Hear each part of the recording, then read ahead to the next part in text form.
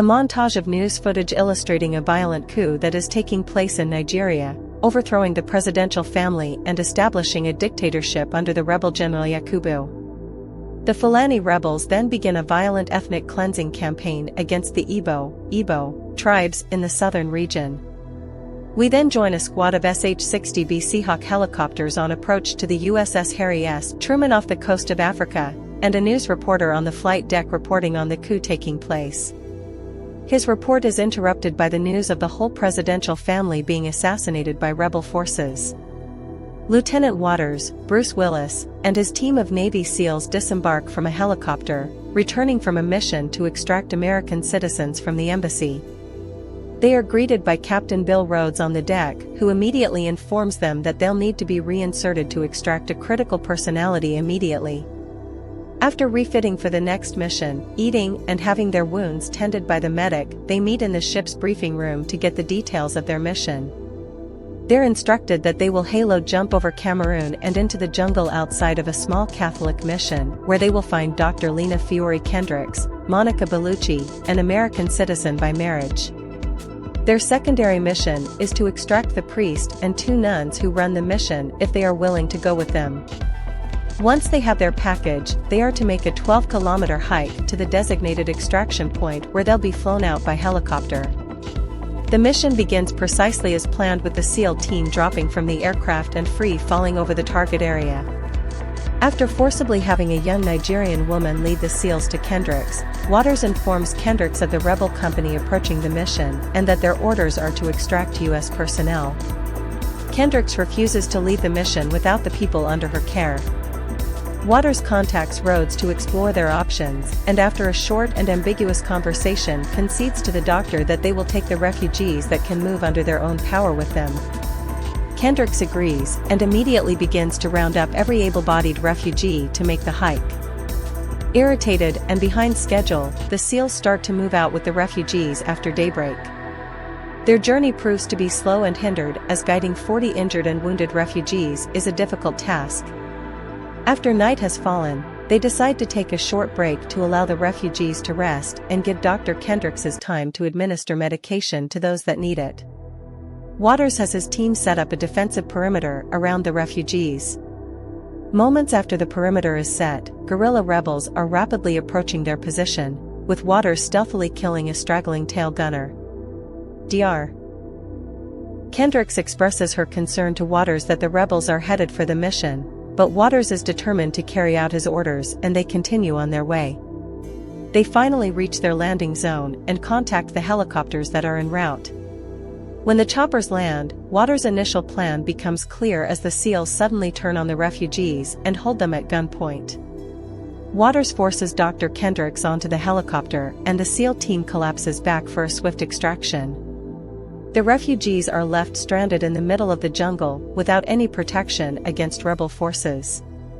During the flight back to the Truman, the helicopter crew and SEALs pass over the mission and discover that it's been raided and destroyed just as Kendricks had predicted. Feeling a deep conviction, Waters orders the helicopter to turn around and regroup with the refugees. The SEALs decide on the spot to escort the refugees to the Cameroon border. During the trip, the SEALs discover that they are being tracked by a large body of rebel soldiers while using satellite scans of the area. Their pursuers are having mysterious success in their tracking of the SEALs. As they continuously attempt to escape and evade the rebels, they encounter a small village that is in the process of being destroyed and the residents executed, sexually assaulted and murdered by rebel soldiers. Realizing that they have an opportunity to stop it, Waters orders the refugees to remain on the high ground while his team assaults the village.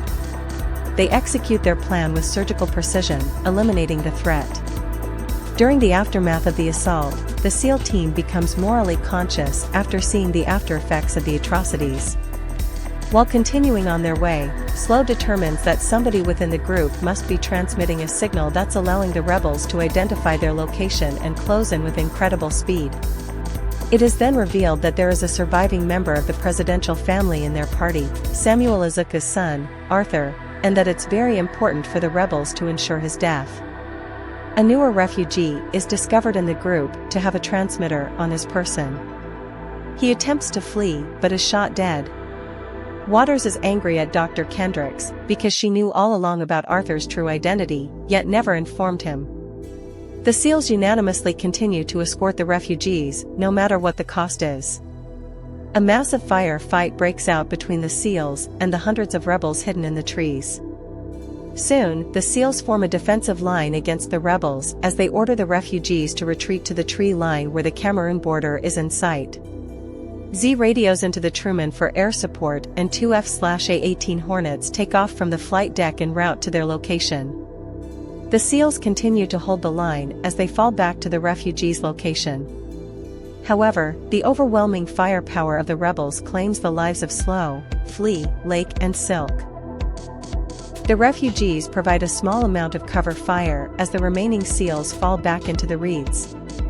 During the battle, Waters, Red, and Z are all wounded. The planes forming the airstrike radio into their location.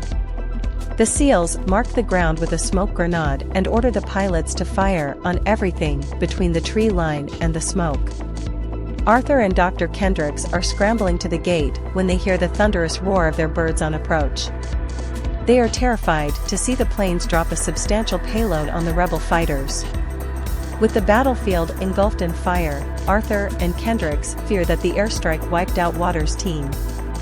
Waters, Z, Doc and Red emerge from the grass as helicopters land on the other side of the Cameroon border as Captain Rhodes orders the guards to open the gate and let the SEALs and refugees in.